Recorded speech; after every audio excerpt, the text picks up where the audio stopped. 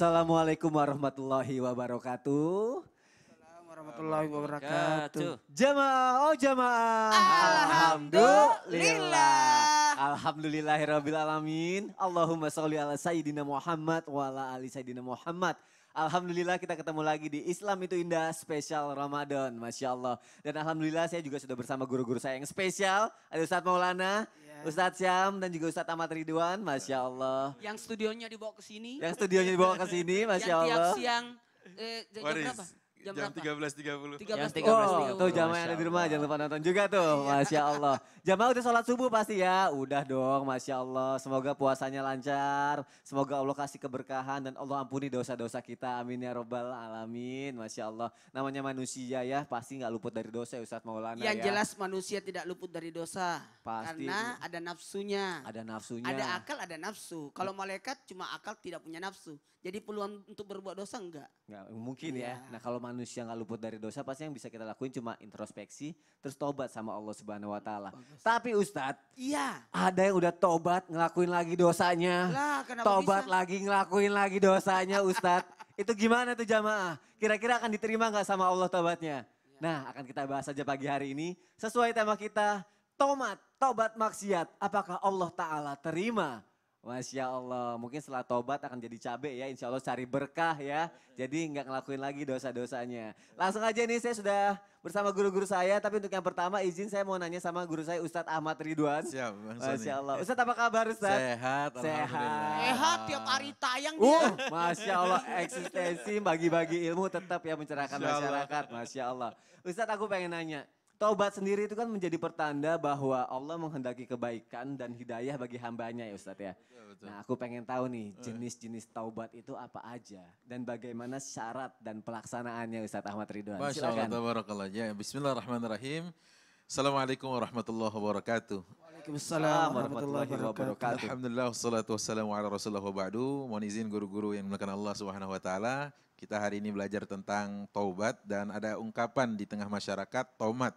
Ada yang mengartikan taubat maksiat, ada taubat kumat gitu ya. Mudah-mudahan jadi cabai ntar, cari berkah gitu. Amin. Nah, apa yang dikatakan tadi oleh Bang Sony ada 3 kata para ulama bahwa taubat itu tanqasimu ila salasati aqsam, terbagi 3.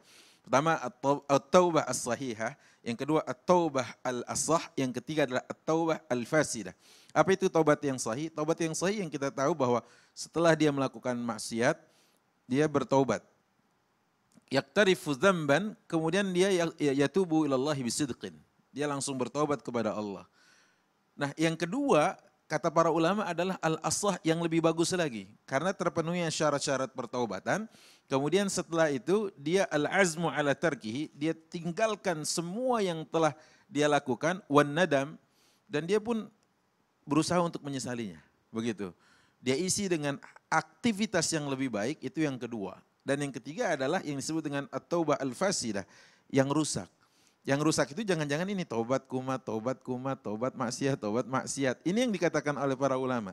Makanya di dalam menafsirkan ayat innama taubatu 'ala Allah lilladzina ya'maluna su'a bijahala, para ulama termasuk Ibnu Abbas mengatakan jahala di sini adalah seorang mengerjakannya tahu bahwa itu dosa.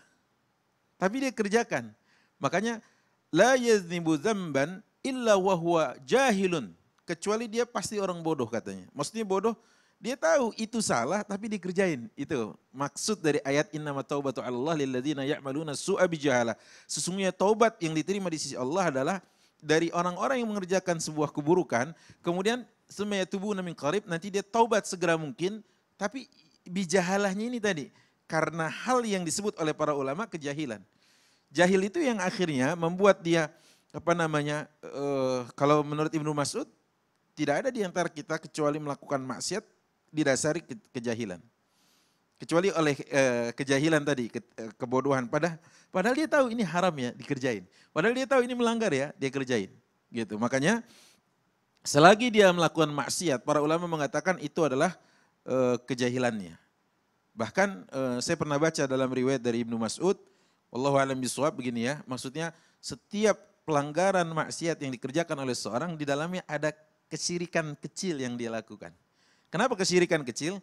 Kan Allah mengatakan Afara'aita man ittakhadha ilahahu hawahu. Apakah engkau tidak melihat orang yang memperturutkan hawa nafsunya dan menjadikan dia, maksudnya hawa nafsunya sebagai Tuhan. Coba bayangin, hawa nafsunya dijadikan Tuhan berarti dia lebih tunduk kepada hawa nafsu ketimbang kepada Allah.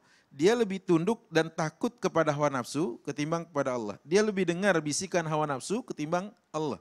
Dia lebih manut, kalau bahasa orang Jawanya manut gitu. Nurut, Ke- bukan ya? Iya, manut nurut gitu ya. Manut nurut dia juga. Sarwa kene. Apalagi tuh? Waduh wae. Oh ya. Maka dia menuruti apa yang menjadi bisikan nafsunya ketimbang perintah Allah Rabbnya. Nah itulah yang makanya disebutkan saat seorang melakukan kemaksiatan berbalut di dalamnya, kata Ibnu Mas'ud Allahu a'lam bishawab, kata beliau adalah ada kesyirikan kecil yang dia lakukan. Itu dia makanya. Kalau syarat pelaksanaannya itu gimana Ustaz? Kalau pelaksanaan apanya? Taubatnya, mungkin setelah kita ngelakuin dosa langsung taubat itu kata Nah itu dia tadi, yang pertama dia langsung, waduh menyesali. Nah ini tipe-tipe yang kadang-kadang kita lihat bahwa dia melakukan itu segera mungkin, tapi segera juga kadang ada yang balik lagi. Aduh. Ada gitu ya, nauzubillah. Ini yang disebut di poin ketiga, taubah al-fasidah, taubat yang rusak, yang gagal. Padahal Allah mengatakan tubu ilallahi taubatan nasuha, disuruh nasuh itu. Saya buka kitabnya Ibnu Rajab, dalam kitabnya Jamil Ulum wal Hikam disebutkan nasuh artinya adalah al-khulus. Yaitu kalau kita ambil madu, terus kita coba saring gitu kan, proses menyaringnya itu disebut dengan tansih, atau proses disaringnya itu disebut dengan takhlis. Yang keluar dari saringan itu pasti yang murni, yang jernih, yang terbebas dari kotoran kan gitu ya. Madunya sih murni, maksudnya setelah dia filterisasi di bawahnya itu berarti yang sudah bagus, nggak ada kotoran, sisa-sisa. kotoran, res-resan, serbuk, serbuknya. apa tuh res-resan gitu, kata ya kayak gitu, ampas gitu, Ampasnya. ampasnya, ya Allah. Jadi kalau dia taubat nggak ada ampasnya lagi. Buat ngalusin ya pakai ampas ya. Bukan itu amplas. Amplas bro. Masya Allah, berarti setiap kita melakukan kemaksiatan itu ada kesyirikan kecil di dalamnya. Ada kata Ibnu Mas'ud radhiyallahu anhu warḍah, kecil gitu. Semoga jamaah mulai saat ini kita jangan lagi melakukan kemaksiatan ya. Kita pelajari hari ini, kita pelajari lagi lebih dalam lagi. Masya Allah. Terima kasih Ustadz Ahmad Ridwan. Ya. Akan kita bahas lebih jauh lagi. Nah Ustadz Maulana, Ya, aku mau ngebahas lebih jauh lagi tapi aku punya artikel dulu nih. coba artikel Ya, apa tuh? aku bacain ya. Iya, iya. Oke, ini jamaah yang ada di rumah aku bacain artikelnya ya. Baik, video bayi 4 hari dibuang terekam jelas oleh CCTV. Jadi bayi usia 4 hari itu dibuang dan itu kejadiannya terekam oleh CCTV. Nauzubillahimin zalik. Ya Allah, kok bisa ya ada ya orang tua yang ngelakuin ini. Mungkin kalau misalnya ini terjadi dalam kehidupan sebenarnya ya, itu jatuhnya itu apa itu perbuatan maksiat? Apa gimana nih Ustadz? Kalau tadi kita bahas jenis-jenis tobat, aku pengen tahu nih jenis-jenis maksiat Oh, itu iya, seperti apa nih Ustadz? Bismillahirrahmanirrahim. Assalamualaikum warahmatullahi wabarakatuh. Waalaikumsalam warahmatullahi wabarakatuh. Jamaah. Yeay. Oh jamaah. Yeay. Alhamdulillah. Alhamdulillahirrabbilalamin. Allahumma salli ala sayyidina Muhammad ala sayyidina Muhammad. 12 Ramadan hari ini. Mudah-mudahan kita mendapatkan ampunan di pertengahan Ramadan. Rahmat Allah di awal 10 awal. Ampunan di pertengahan dan pembebasan dari api neraka di akhirnya. Semoga kita mendapatkan malam Lailatul Qadar. Amin ya Allah. Nah kalau bicara tentang maksiat adalah dosa, betul tadi yang dikatakan beliau. Bahwa sebenarnya dia sudah tahu tapi dia melakukannya. Karena kalau dia tidak tahu baru melakukannya itu namanya salah.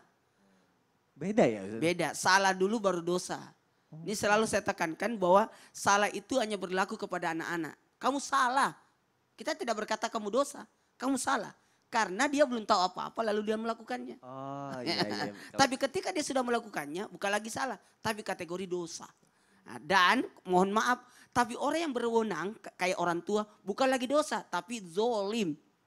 Lebih parah lagi. Lebih ya, parah Ustadz. lagi. Nauzubillah min zalik. Ya harusnya dia harus melindungi. Tapi ada lagi di atasnya lagi, durhaka. Astagfirullah. Apalagi itu durhaka. Durhaka itu sesuatu yang harusnya dia taat, tapi dia tidak jalankan.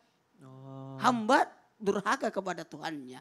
Anak durhaka kepada orang tuanya. Tapi orang tua zolim terhadap anaknya. Astagfirullah. Nauzubillah. Istri berdosa kepada suaminya. Tapi suami tidak berdosa kepada istrinya. Tapi di atasnya dosa, zolim kepada istrinya. Itu. Nauzubillah. Jadi buat kita ini pembelajaran besar buat kita. Ketahuilah ada 5 jenis maksiat. Ini hati-hati, hati-hati banget. Makasih banyak tadi sudah diawali bagaimana kita harus bertobat. Dan ternyata ada 5 jenis maksiat balasannya sudah dapat di dunia. Sebelum terjadi di akhirat. Sebelum berada di pengadilan sudah dapat di dunia. Yang pertama adalah dosa mencuri. Orang yang mencuri ketidakberkahan dan masuk ke dalam tubuhnya makanan yang haram.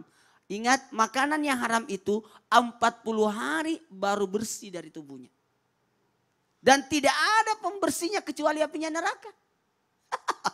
Hati-hati. Serem ya, Serem nauzubillahi banget. min dzalik. Yang kedua, mohon maaf. Ini tadi mungkin kita tidak buruk sangka ya. Kemungkinan besar dia berzina sehingga anaknya dibuang. Kemungkinan besar. Karena betapa banyak orang yang mau punya anak. Ya, ini punya anak malah Padahal, dibuang. orang yang nikah resmi susah punya anak. Orang yang umpet-umpet dapat anak. Iya ya, Ya juga ya. Nah, nih. cobaan juga ya Ustadz ya. Orang yang melakukan zina itu kehinaan yang dia dapat. Hina. Dan nauzubillah akan berpotensi mendapatkan penyakit. Akan berpotensi mendapatkan penyakit. Saya pinjam kata-kata guru saya. Dulu itu waktu kita di pesantren. Marak yang namanya penyakit AIDS itu. Itu. Itu kalau guru saya menyimpulkan begini. Anunya sih itu ditaruh di sembarang tempat.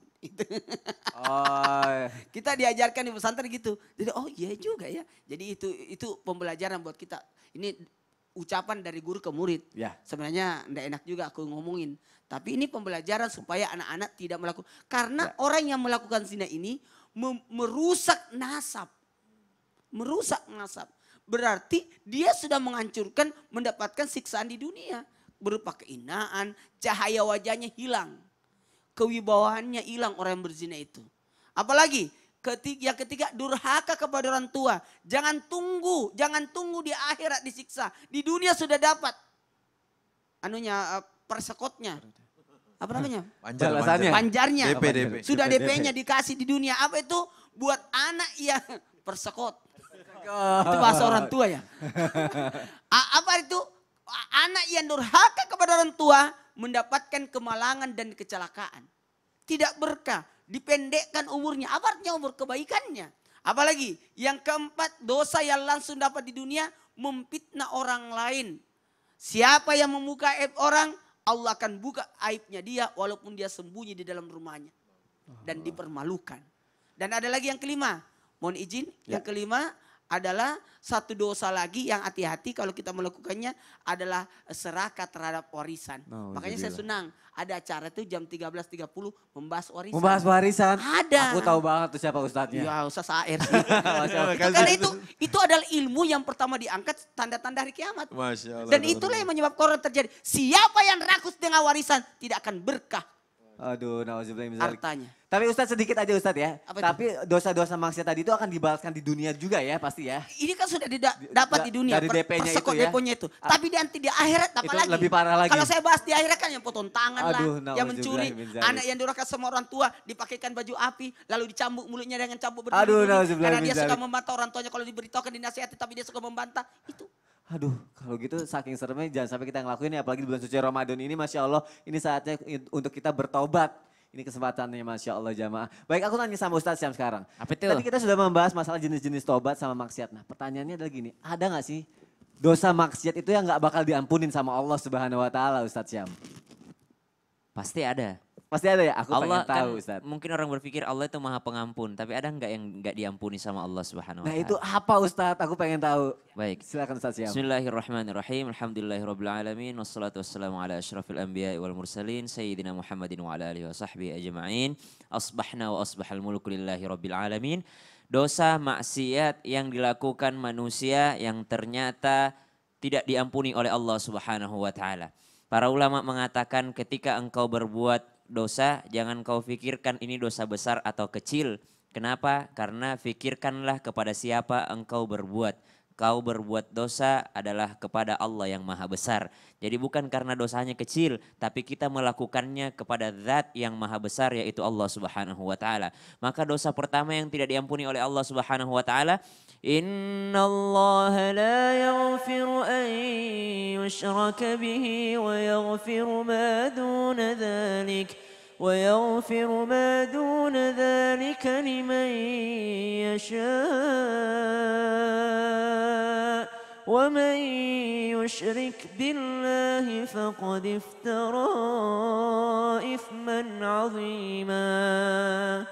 Allah jelaskan dalam surah An-Nisa, innallaha la yaghfiru ay yushraka bih. Allah tidak akan pernah mengampuni orang-orang yang berlaku kesyirikan kepadanya. Kita melihat tadi bahwa dijelaskan sama guru kami Ustadz AR, Ustadz Ahmad Ridwan mengatakan bahwasanya ternyata setiap maksiat itu ada kesyirikan di dalamnya. Jadi bukan hanya kesyirikan itu ketika kita tidak menyembah Allah atau kita menyembah yang lainnya. Tapi ternyata setiap maksiat itu ada kesyirikan di dalamnya. Karena apa? Karena dia ternyata menyembah hawa nafsunya. Jadi yang dimaksud Allah Subhanahu wa taala di sini adalah orang-orang yang berlaku musyrik adalah ketika dia berbuat dosa tapi dia berbuat dosa karena meremehkan Allah Subhanahu wa taala. Maka itu adalah perilaku dosa maksiat yang tidak akan pernah diampuni oleh Allah karena meremehkan kebesarannya Allah Subhanahu wa taala. Dosa yang kedua, dosa apa? Dosa yang kedua adalah kata baginda Nabi Muhammad SAW dalam sebuah riwayat, kullu ummati mu'afi gitu. Setiap umatku itu pasti akan dimaafkan atau pasti akan diampuni. Illa, kecuali siapa dia? Kecuali yang namanya orang-orang yang mujaharah atau mujahirin. Siapa itu mujahirin? Orang-orang yang jahar. Apa itu jahar? Melakukan pengumuman. Kata sahabat, siapa itu mujahirin ya Rasulullah? Dia adalah orang-orang yang berbuat dosa semalam, nggak ada yang tahu. Allah sudah tutupi aibnya, pagi harinya dia umumkan. Ya, orang yang mengumumkan dosanya, ya perilaku mujahir ini siapa mereka? Apakah mereka yang sementara dosa lalu live Instagram atau apakah dia orang yang sedang melakukan dosa lalu dia live streaming? Oh, itu salah satunya. Yang kedua siapa itu? Adalah orang-orang yang ternyata Allah sudah tutupi aibnya rapat-rapat pada malam hari dia berbuat dosa. Tidak ada yang tahu. Lalu Allah kasihi dia, Allah tutupi aibnya. Tapi di pagi hari dia cari temannya. Ah, nggak seru kalau nggak ada yang tahu dosa gue gitu. Dia cari teman-temannya untuk yang namanya mengumumkan kepada temannya atas rasa kebanggaannya dalam melakukan dosa tersebut. Maka memamerkan dan bangga terhadap perbuatan buruk ini, maka dia sama Allah Subhanahu wa taala yakni tidak diampunkan dosanya. Dosana kalau kata orang Bugis. Orang Sunda juga dosana gitu kan. Iya. Masya Allah, tabarakallah. Ada juga dosa yang diumumkan seperti apa, dia tahu kalau itu salah, tapi ternyata kita harus tahu maksiat itu bukan hanya melakukan keburukan, maksiat itu meninggalkan kewajiban termasuk maksiat. Jadi yang namanya orang tidak sholat itu kan maksiat tuh. Ya, dia tidak melakukan kewajibannya, maka dia termasuk orang yang berbuat dosa. Lalu ada teman-teman yang begini, mau kemana bro? Sholat bro. Ya elah, ya udah deh, salam aja deh buat Tuhan. Salam buat Tuhan gitu. Ya Allah. Salam aja deh buat Allah gitu kan. Itu namanya yang namanya memamerkan dosa karena dia terang-terangan, gue nggak sholat tapi gue baik-baik aja. Gue nggak puasa tapi gue baik-baik aja. Gue nggak pernah zakat tapi gue kaya terus gitu. Maka ini adalah orang-orang yang mengumumkan dosa. Maka disebut orang-orang yang tidak akan diampuni oleh Allah Subhanahu wa taala. Akan tetapi di surah Al-Furqan Allah Subhanahu wa taala menyebutkan illa man taba wa amana wa amila amalan salihah faulaika yatubu ilallahi mataba. Mereka adalah orang-orang yang tetap diterima tobatnya kalau dia bertaubat kepada Allah Subhanahu wa taala. Gitu. Jadi bukan yang tidak diampuni adalah orang yang meremehkan Allah Subhanahu wa taala. Berarti yang tidak diampuni adalah yang meremehkan Allah Subhanahu wa taala. Kayak Firaun kan masih didakwahi, kapan sih mau tobat Firaun? Nabi Musa alaihissalam datang kan, ya. Firaun tobat dong, masa nggak punya hati, tobat dong. Tapi ternyata Firaun nggak mau tobat sampai akhir hayat gitu. Alhamdulillah. Berarti yang harus diingat juga sebenarnya dosa itu bukan segala suatu kemaksiatan yang kita lakuin aja. Tapi kalau kita meninggalkan kewajiban pun itu jatuhnya maksiat dan juga dosa. Sedikit aja aku mau nanya sama Ustaz. Apa itu? Kadang kan sekarang ini kita pemerintah mencanangkan kita di rumah aja ya. PSBB di rumah aja atau stay home gitu kan. Nah untuk mungkin ini tepat banget dijawab sama Ustadz Syam nih. Generasi milenial zaman sekarang apalagi yang tinggal sendiri nih. Lagi di rumah aja iseng kadang-kadang pikirannya suka aduh melanglang buana kemana-mana. Akhirnya kena godaan setan lah. Akhirnya dia kayak buka internet tuh sesuatu yang tidak seharusnya dilihat atau diharamkan. Betul. Nah itu gimana tuh? Ya, supaya terhindar dari godaan maksiat dan kita tidak terjerumus dalam itu Ustadz Syam. Kalau misalnya yang ya setiap kita pasti ada godaannya, apalagi dibilang puasa kan setan dibelenggu kata dia. Ya. Tapi ini ada godaan. Ternyata sebelum masuk Ramadan setan sudah menancapkan itu anak busur panahnya menjadikan nafsu kita. Makanya Masya disebut Allah. sama Ustadz Air. Itu udah nol. Oh, Jawabnya nanti aja. Jadi bikin aja, penasaran iya, jamaah yang ada di iya, rumah nanti ya. aja. Oke, Ya kalau gitu udah, nanti aja ya. ya udah. Masya Allah nih jamaah, nanti akan dijawab sama Ustadz Syam nih. Tapi mau ngingetin lagi nih untuk jamaah yang ada di rumah. Ustadz Maulana, sebelum buka puasa ada apa Ustadz Maulana? Ada Ramadan I'm in love. Oh, Masya Allah bersama Habib Usman ya dan juga Kartika Putri. Iya. Seru tahu? Seru. Seru banget karena berdakwanya lewat keseharian. Ah, unik Jelang banget. berbuka puasa pasti kita tonton itu. Tonton terus, apalagi tungguin juga nih Islam itu indah. Jangan kemana-mana ya, tetap di Islam itu indah. Jamaah, oh jamaah. Alhamdulillah.